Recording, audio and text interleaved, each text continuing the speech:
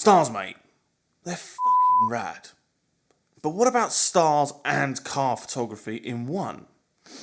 Now that would be a good one. Well, in this video, I'm going to show you how to add stars to your car photography. Let's go.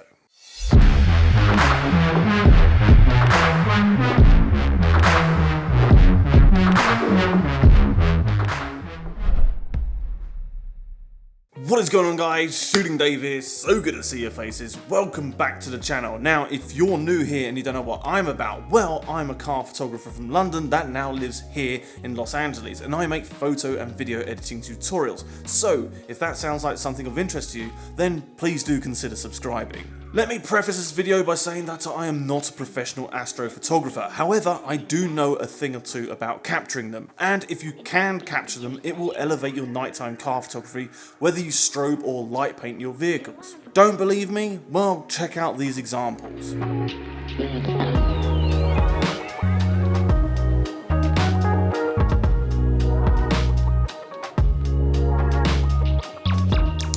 Oh, and do stick around to the end of the video, there is one more bonus tip for you guys. Now, before we jump in, I'm going to make a few assumptions. I'm going to assume that you guys already know how to light your cars, whether it's strobe or light painting, and if you don't, well, then I've left down 2 videos in the description for you guys to check out, which illustrates how you can do either, so you can mix and match this technique. Now, the settings that I'm going to be used for capturing the stars are completely different from what I use to capture strobing or light painting, so don't worry about that. I'm going to be covering those in just a second.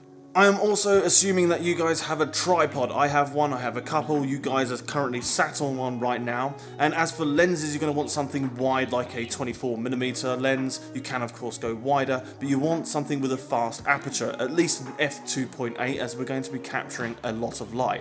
Now you can of course go wider with the lens, generally speaking the wider the better, but I'll get onto why that's important in just a second. Okay, so that's all out of the way. Now the first thing we want to do is set our aperture to its widest setting, be it f2.8, f2, f1.4, whatever it will be. You want it to set it to your widest aperture.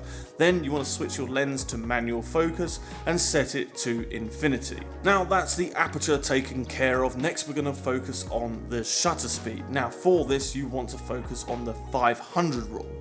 What is the 500 rule? Well, assuming you're shooting on a full frame camera, basically you want to divide 500 by your focal length. So in my case, I was using a 24mm lens, so 500 divided by 24 is 20.833 recurring. So that actually means 20 seconds. And that is the longest maximum time that we want for our shutter to be open, otherwise we get motion blur. Yeah, that's right, you can get motion blur from the Earth rotating and it will blur the stars. It's pretty wild, right? Alright, so aperture's done, shutter speed is taken care of. The last part of the exposure triangle is your ISO. Now this will depend on whether the moon is out or not. Now if the moon is out, then you probably want an ISO of 400 to around 800. Any brighter than this and it'll be completely overexposed. And this is an example that I took under pretty much a full moon, and you can see just how bright the environment really is. Now if there isn't a moon present, then your ISO is going to sit something between ISO 1600 and 6400. And for example, this is one that I took when there wasn't a moon present, and you can see just how much those stars really pop out, but also how dark and dim the environment around the vehicle is. What setting you have your ISO at will also depend on the light pollution, so obviously you want to be nice and far away from any major cities to cut down on the light pollution. But as always, take some test shots, adjust your ISO accordingly, and make sure that your stars are nice and sharp in focus as well. So if you do need to make any adjustments to your focus, now's the time to do it, because you don't want to get back home and notice that all your stars are out of focus, because that would really suck. So now you know the technique. All you need to do is go out using strobes or light painting, and then use this technique to capture the stars as well, and it'll just make your photos pop that much more at night. Okay, that's all very well and good, but what happens if you already have some light painted or strobed photographs that don't have any stars in there?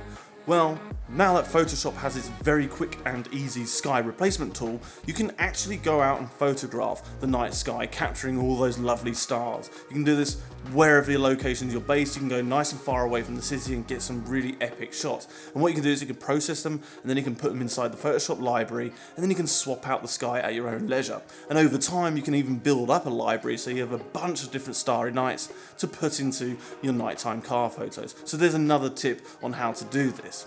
Now that's pretty cool.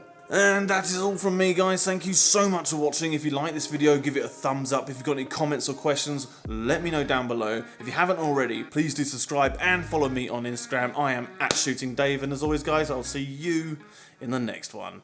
See ya.